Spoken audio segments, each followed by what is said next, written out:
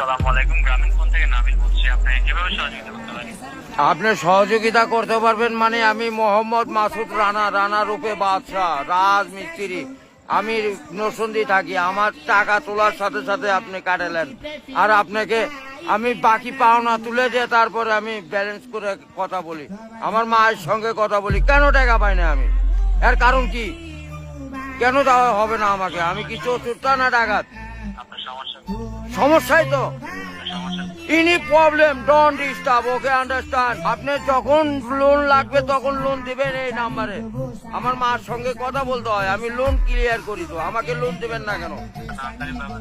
Sir, আপনি কি emergency balance দিতে পারছেন না?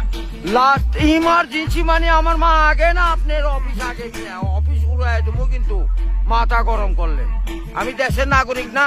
যখন আমি ব্যালেন্স আপনার থেকে লোন চাওয়া মাত্র এই নাম্বারে দিবেন। তো ইংলিশ বুঝি না, ইংলিশ কোন মানে? এই আমার সাথে ইংলিশ বলেন কেন? বাংলাতে কথা বলবেন। আপনি বাংলাদেশের নাগরিক না? আর এই বলতো করে এই মোবাইলে টাকা পড়ছে আপনার সঙ্গে কথা বলার জন্য। ইংলিশ বলবেন না আমার সাথে। মোহাম্মদ মাসুদ রানা ওরফে বাদশাহ, নাম মনে রাখেন। ভোটার আইডেন্টি কার্ডে যায় বলেন আমি কে।